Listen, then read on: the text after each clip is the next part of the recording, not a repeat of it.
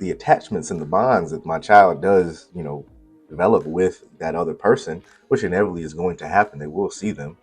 You know what? That's going to be something that's very difficult to then again navigate when all of a sudden if things go bad. I don't know. I can consider how it's going to affect myself and what it would be like losing that person in my life. I now have to think about what it's going to be like, for my child, and what kind of example does that set for relationships and how they view relationships. So it's just like, oh, no pressure, you know, no pressure at all out of nowhere. Hello, everybody. Welcome back to Consider Your Mind. I'm your boy, Eric King, and today we're talking about another extra adult subject. Not like that, though, but a little bit because we're talking about, dating, actually, dating and relationships, adult world, man, and what that has to do with our mental health. And in a word, everything, because this life is about relationships. Don't you ever forget it. And so the relationships, the people that we allow in our lives, they have a direct impact on our mental well-being and our quality of life. And so today we're going to just kind of take a look in an inventory as we kind of look at some of the challenges and the hurdles that we kind of go through as, grown people, as adults, navigating in the relationship life. A lot of times we're looking for validation, which is perfectly natural. We look for validation for our thoughts, our ideas, for our well-being. We look to others to gauge, where we are in life sometimes. And a lot of times, if we don't have those markers, those key indicators, or we have unhealthy markers or unhealthy indicators of where we should be at life, or people that don't give us good advice, because, people unfortunately aren't always looking out for your best interests. People are looking out for themselves first. And so through that lens, we even got to look at it, other people's, advice and reasons they want us to do something. Perfect example of this is, love and marriage and kids and all that, adult grown thing we're supposed to be doing. Sometimes we feel a lot of pressure to do that, not from our own, selves and what we'd like to do, but a lot of times from family. And depending on what culture you're in, this can be amped up, amped up to 10. If you're in a culture that's really puts family and marriage and, all that as the number one priority or goal in life, when all of a sudden you have a different value system from those in your life, now that creates some tension. It's not easy, and not all of us have handled it perfectly. I definitely have not all the time, but there are some key tips that we can help and utilize and employ when we're looking and evaluating the relationships that we have in our lives, so that we are not compromising our authentic selves for the sake of relationships. The last thing I spoke of in the season 1 of Consider Your Mind, which is authenticity versus attachment. So that's a concept that again I got through Gabor Mate. Check out some of his books. Great author. But he talks about our needs, for relationships, our needs for authenticity, our needs for to be authentic and true to who we really are, our authentic selves. But that sometimes that need is preceded by our need for attachments, our attachment relationships to others, parents, friends, lovers, whoever it is, you know, and for the sake of keeping those relationships, those attachments, we compromise our authenticity. Now, particularly when we're younger, when we're children, this is an easy trade-off because we literally depend on others to survive. Okay, we depend on our parents, people around us, our loved ones to take care of us. We're not able to, so we're not really worried about our being our true selves, our authentic selves, or that just kind of comes out naturally. But it's not something that's prioritized. It's very easy to compromise when we're young, but as we get older, as we grow and mature, all of a sudden, well, not all of a sudden, but gradually begin to seek validation for who we are. We seek to really know who we are as a person outside of what we've been taught and the people around us, the value system we've raised in. We develop a sense of self. And so the issue comes in as that need grows and grows and the increased need for being true to yourself. How does that then conflict or clash with the need for those attachment relationships in your lives to your family? And it's no easy thing. It's no easy thing. It's a lot of times, while holidays, people avoid them just because a lot of times people can't view you as the person that you really are.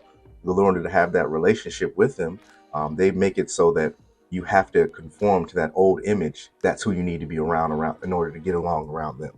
If that makes sense. So that can be very stressful because who wants to isolate themselves from loved ones, from families? Everybody loves their mama.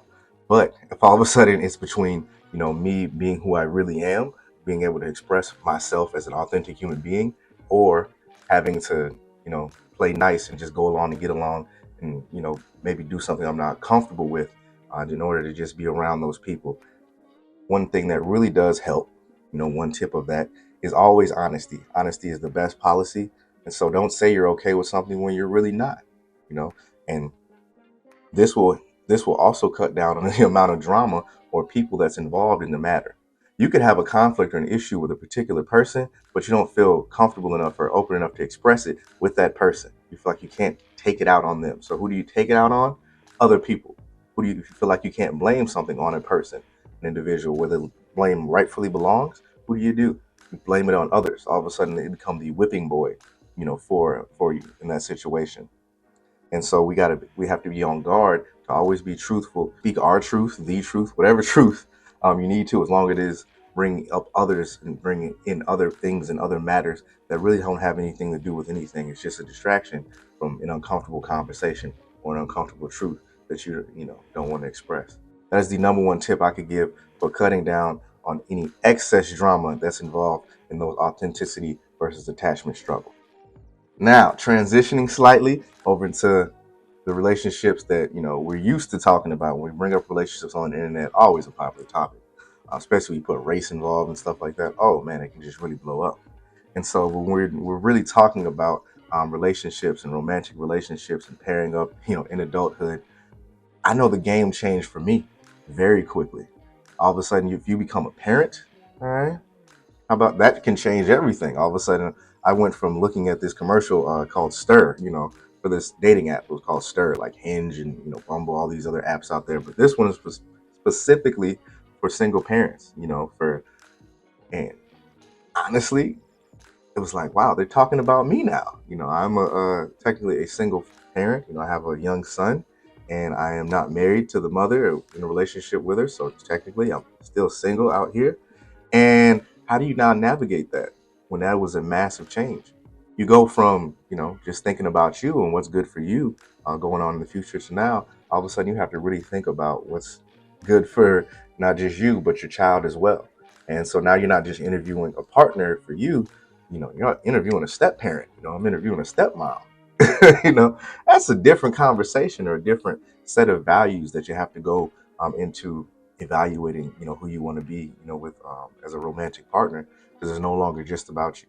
And I know as a person that struggles with selfishness through introspection and some people just telling me the truth, thank God for good friends that will tell me I'm a pretty, selfish person by nature. It's not in my nature to obviously put everybody else first, before me. And so life has a way of, humbling you and giving you responsibility. So that way it's not all about you. And as I said, can be pretty selfish, but I do understand a team, being a team player. And so as I navigate the co-parenting world, whole another episode's coming up on that, as navigate the co-parenting world and dealing with the very real fact that anybody who is in a relationship with me is no longer just in a relationship with me. They're in a relationship with my son as well, because they can have an impact literally on his well-being through the impact they can have on myself.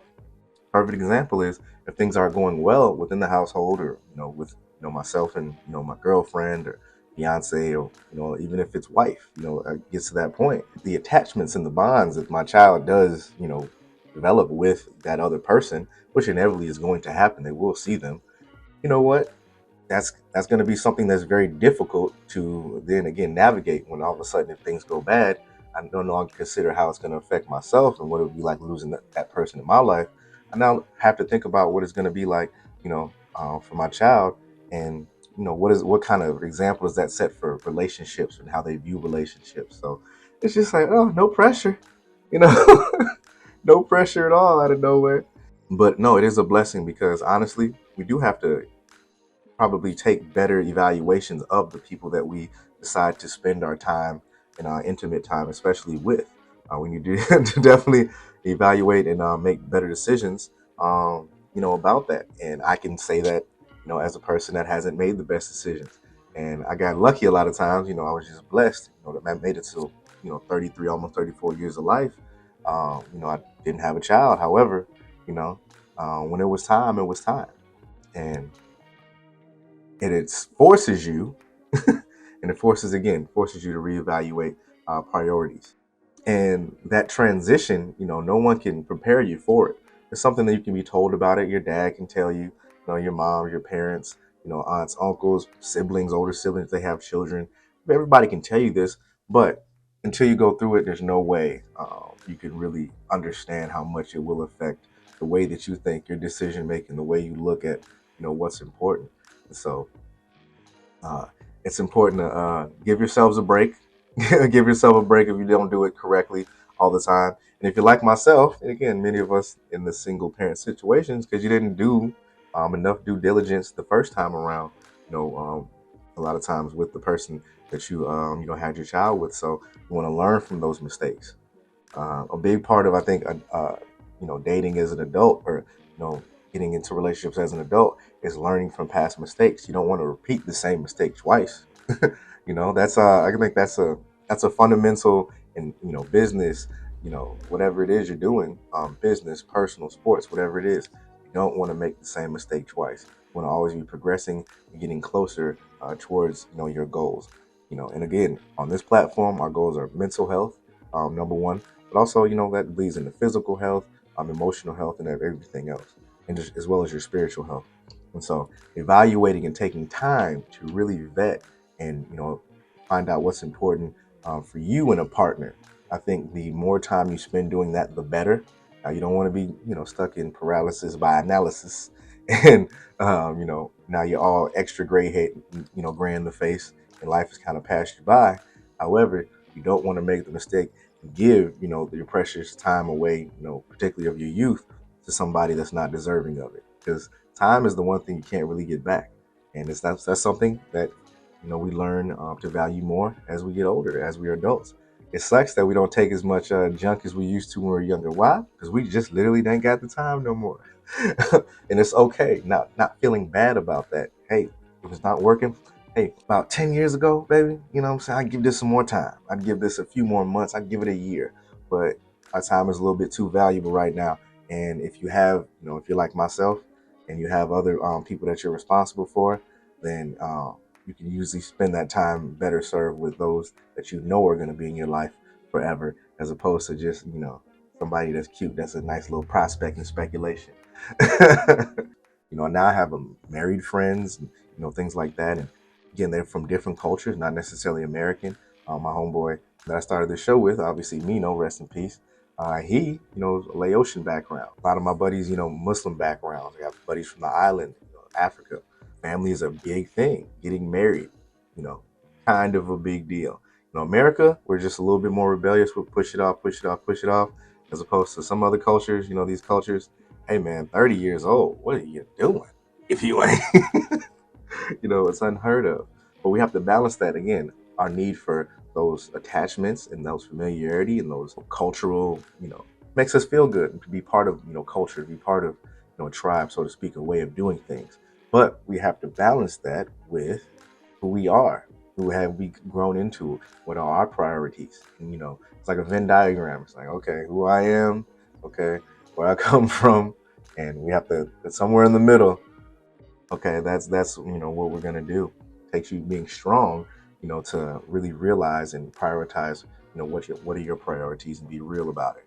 Because if you do these things for the sake of others, you have more children. If you don't want to have more children, you stay in a relationship when you really don't want to be.